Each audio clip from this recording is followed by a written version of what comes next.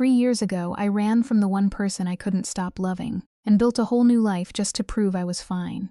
But one night, in a crowded room, I saw her again, and everything I buried came back like it never left. Some feelings don't fade, they wait. If you've ever walked away from something real and wondered, what if? Hit like, subscribe, and stay with me. Because this story is about what happens when you finally stop running. I tried not to think about her. I really did. 3 years is supposed to be enough time for anything to fade. 3 years since I last saw her in person.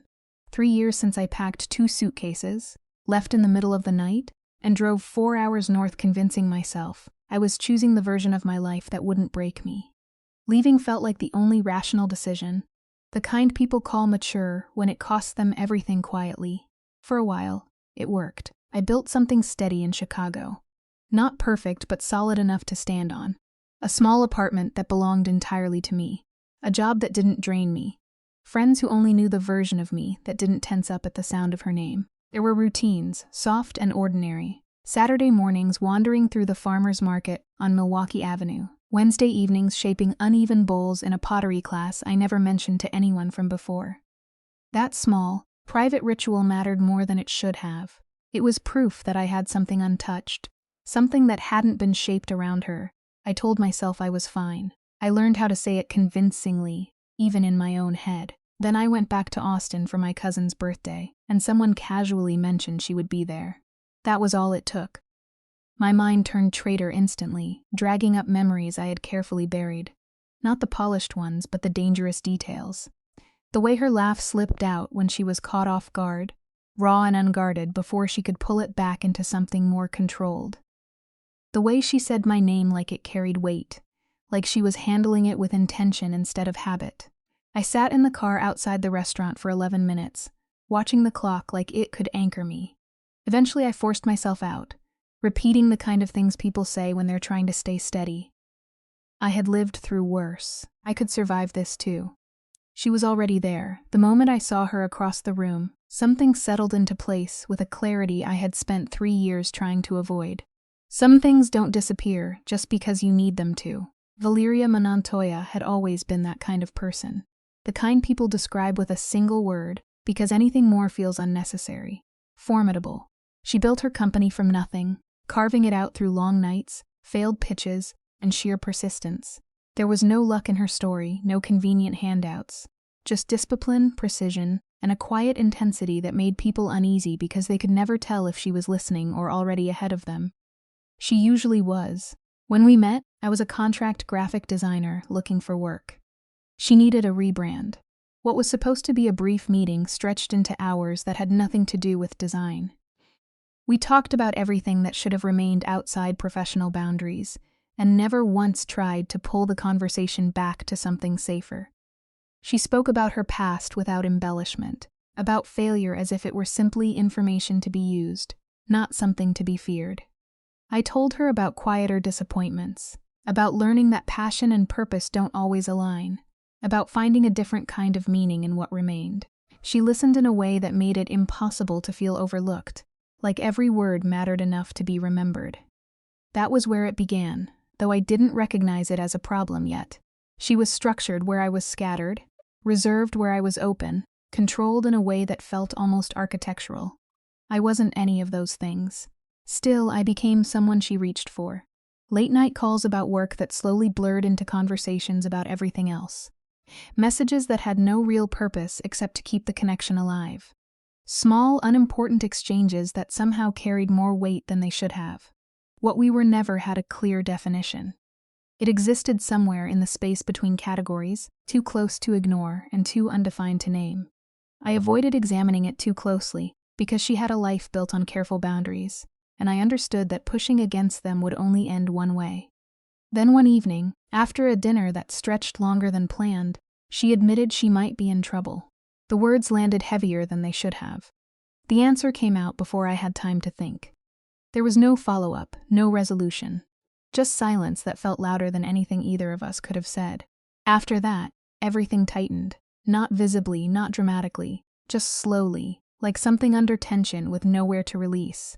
Neither of us stepped forward. Neither of us stepped away. It held like that until something small broke it. A message misunderstood. A tone read wrong.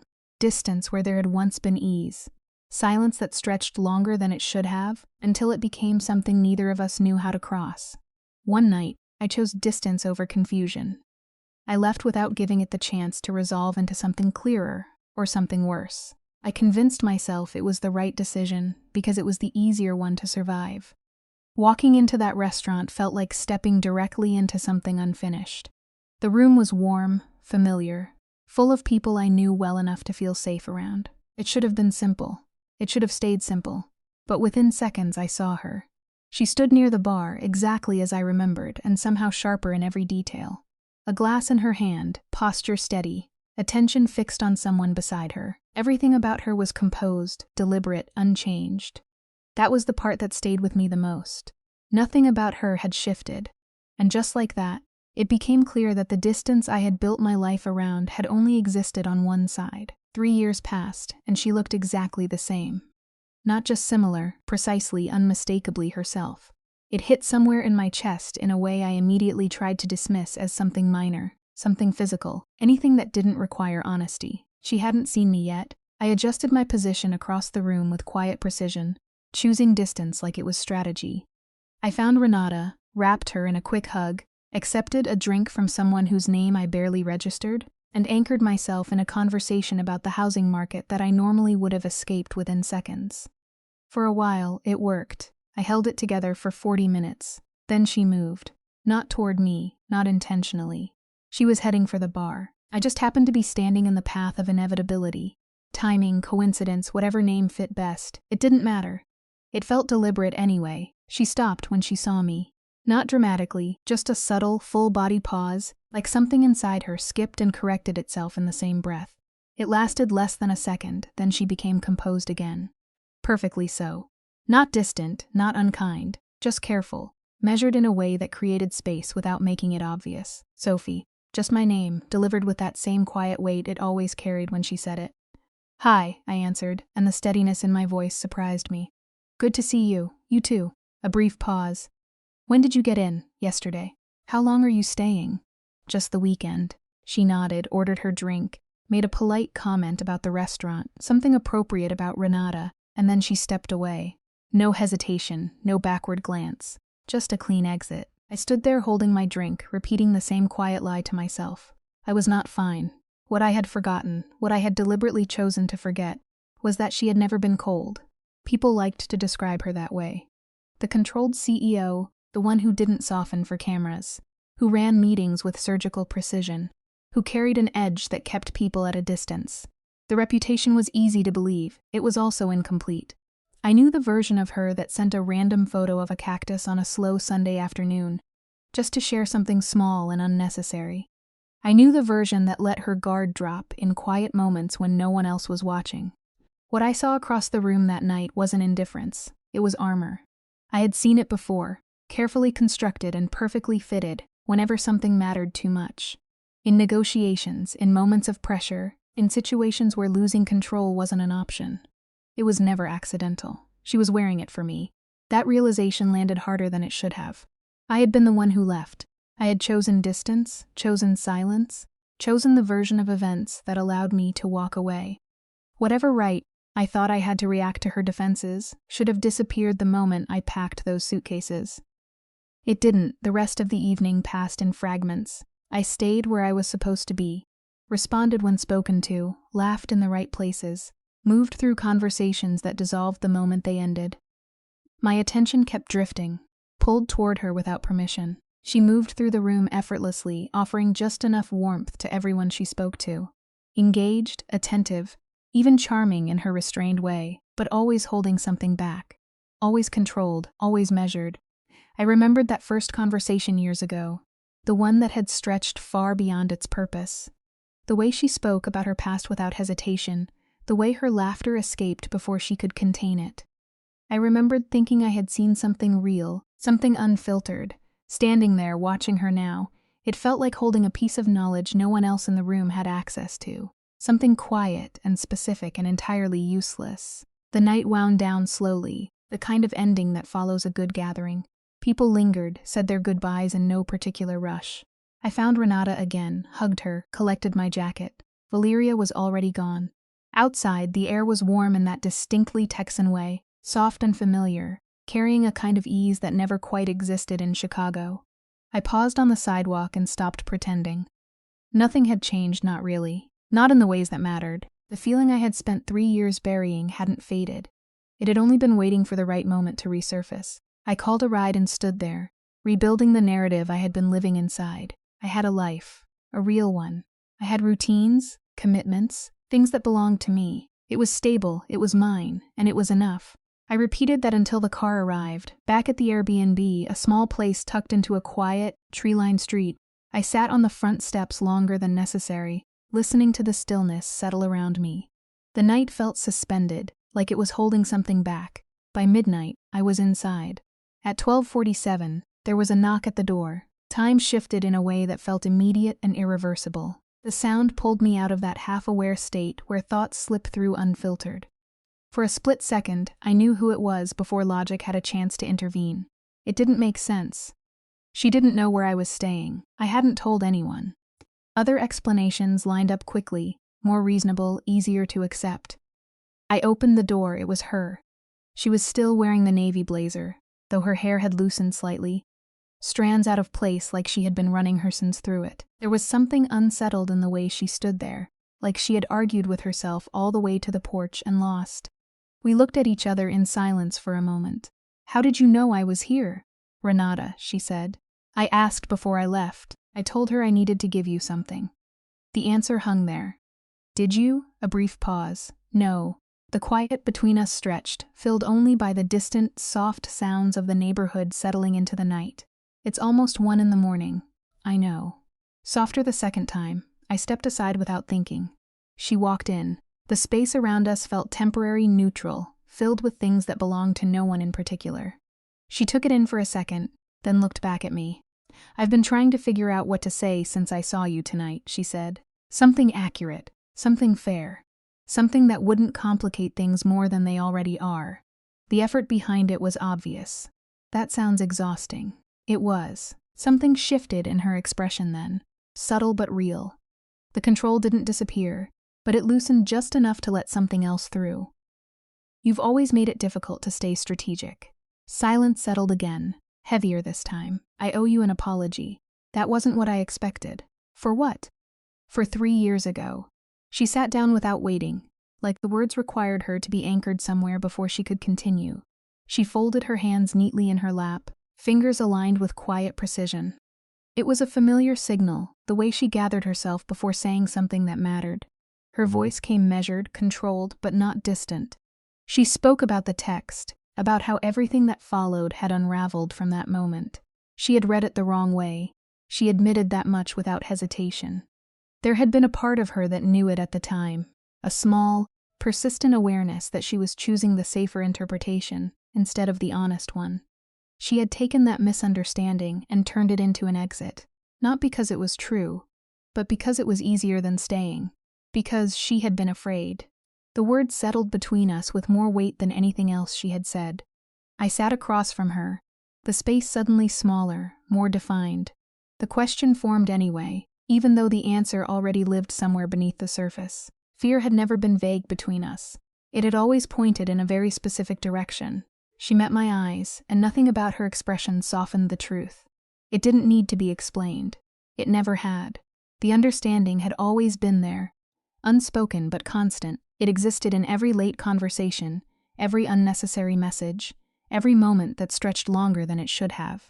It had been there in the parking lot, in the silence that followed, in the choice neither of us could quite make. I had known. I had simply chosen not to say it out loud. The timing pressed in next, heavier than the past itself. The question lingered in the air without needing emphasis. Why now, after all this time, after everything had settled into something stable and distant? She told me it was the moment she saw me walk in. Not when I noticed her, but before that, when I didn't know she was there. She described the expression I had carried, something unguarded, something familiar, the version of me from years ago, before caution became instinct. It had been enough to break whatever distance she had built in her own mind. She had missed that version. She had missed me. For 3 years, she had convinced herself that missing me was something manageable. Something that could be contained and lived with. Something that didn't require action. The admission didn't come dramatically, just steadily.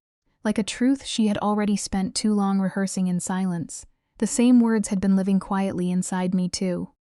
When she looked at me, there was no expectation attached to it, just a question without demand. The answer came easily because it had never really been hidden. The life I had built, the distance, the routines, all of it had held, but none of it had replaced what I had left behind. The quiet around us deepened, broken only by small, distant sounds that felt less important the longer we sat there. She didn't pretend to have clarity beyond what she had already said. There was no plan, no structured path forward. For someone who lived her life through strategy and precision, the lack of it showed in the smallest ways. A slight unsteadiness at the edge of her breath, a looseness in her posture that didn't quite belong to her usual composure. It wasn't dramatic, but it was enough to reveal how much this moment mattered. All she knew was that I was leaving again, and she couldn't let that happen without saying something real this time. I held that for a long moment. The past 3 years moved through my mind in fragments. The drive north in the dark, the quiet routines I had built afterward, the careful structure of a life that felt safe and contained. It had been real, all of it. Solid in a way that made it easy to stay. But none of it had stopped the hesitation outside that restaurant. None of it had stopped me from watching her all evening, tracking her movements without meaning to, still drawn to every small detail as if nothing had changed. She told me she wasn't asking for an answer. Not now. Just acknowledgement. Just the understanding that what she had said, what she had come here to say, was real. It was she rose from the couch then, smoothing her jacket in that instinctive, precise gesture that had always been so distinctly hers. It looked like control returning, even if only partially. She moved toward the door, paused with her hand resting against the frame, and turned back. For a brief moment, there was no distance left in her expression. No structure, no careful layering. Just something unguarded and uncertain, stripped down to its simplest form. She said goodnight. And it sounded softer than anything she had said all evening. The door closed behind her, and the quiet returned in full. Her footsteps faded across the porch, then disappeared into the stillness of the street. I stayed where I was, sitting in that borrowed space that suddenly felt too temporary to hold anything real. The thoughts came slowly at first, then all at once. The life I had built, the one that had carried me this far, stood clearly in front of me. Stable, complete, entirely my own. And so did hers, still rooted here, exactly where I had left it. The realization settled in with a clarity that was difficult to ignore. Safety and distance had never been the same thing as truth.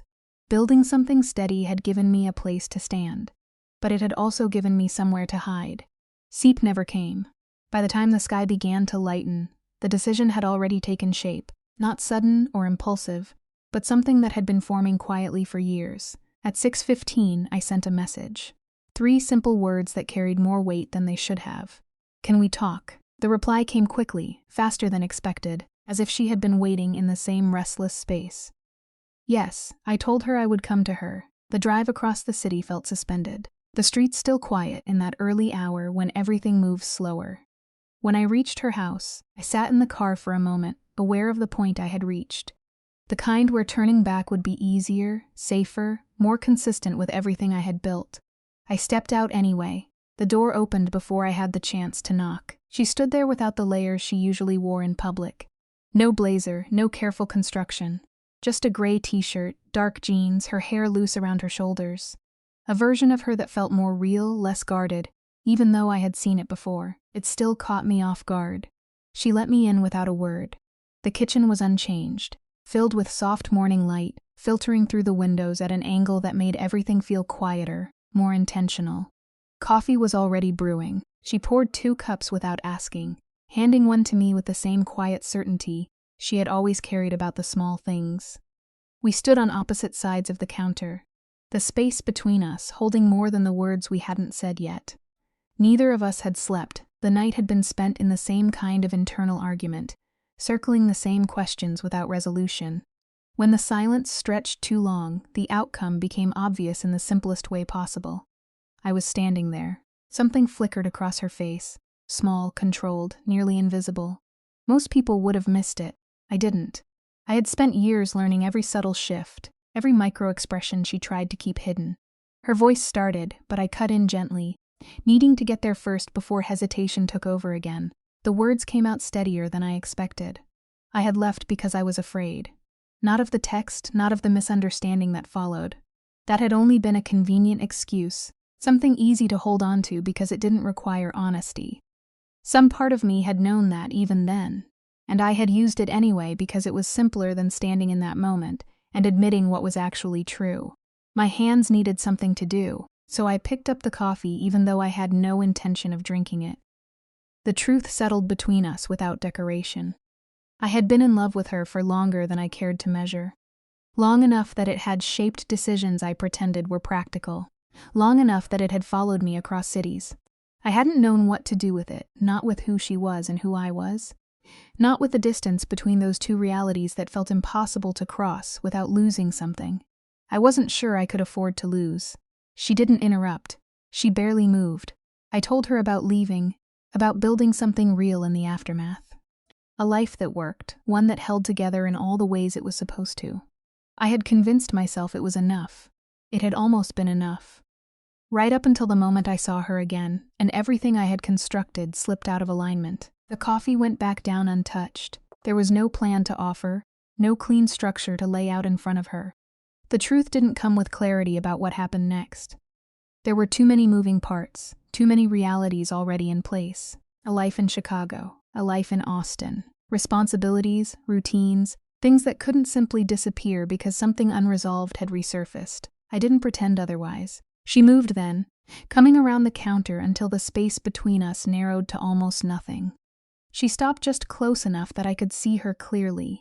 Not the composed version she showed the world, but the one she rarely let anyone look at directly. The way she studied me felt intent, like she was trying to fix the moment in place. When she said my name, it carried that same quiet weight it always had.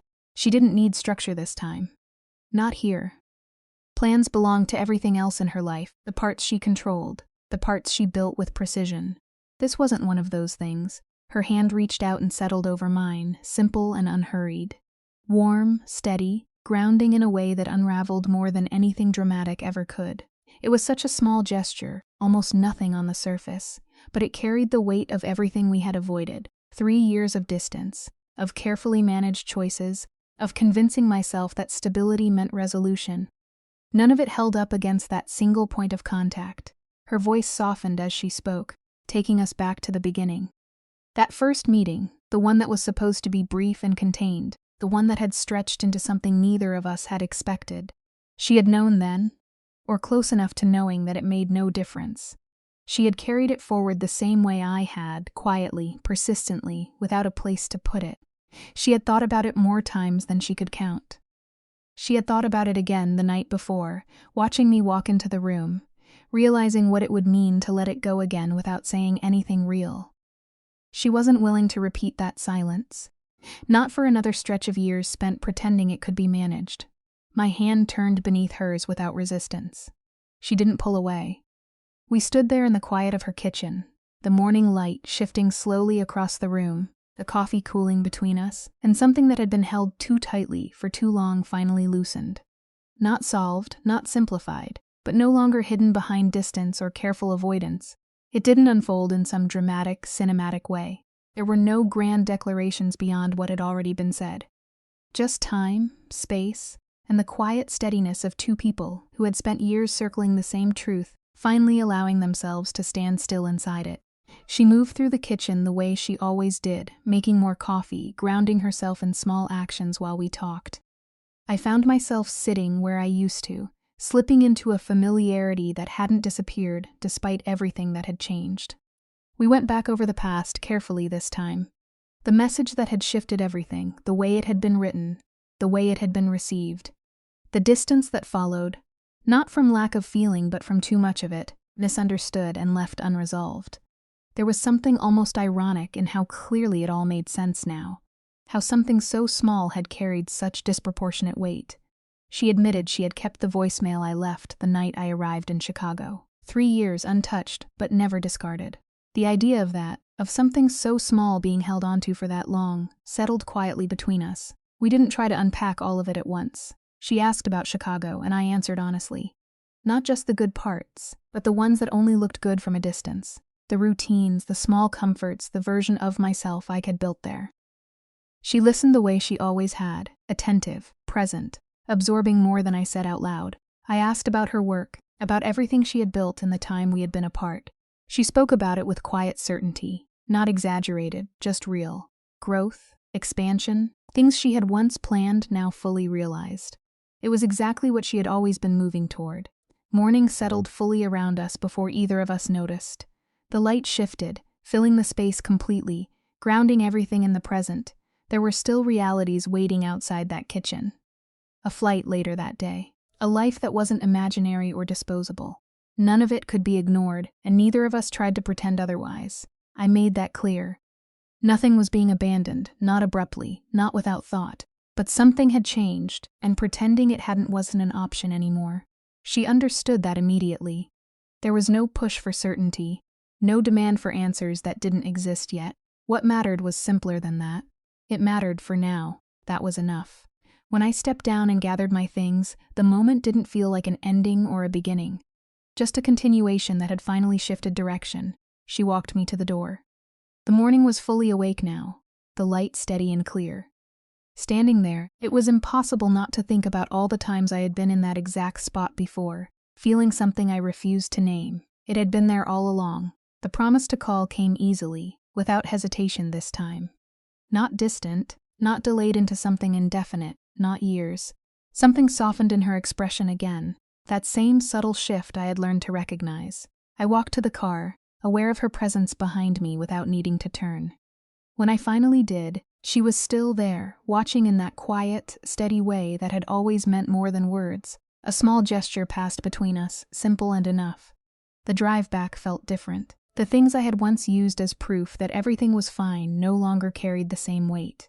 They were still real, still mine, but they weren't the whole truth.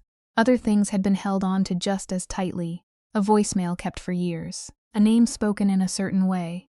A feeling that hadn't disappeared, no matter how carefully it had been managed. Some things don't bend to logic or planning. They don't reshape themselves to fit what's convenient or safe. They wait, and eventually, the only real choice left is to stop pretending they aren't there.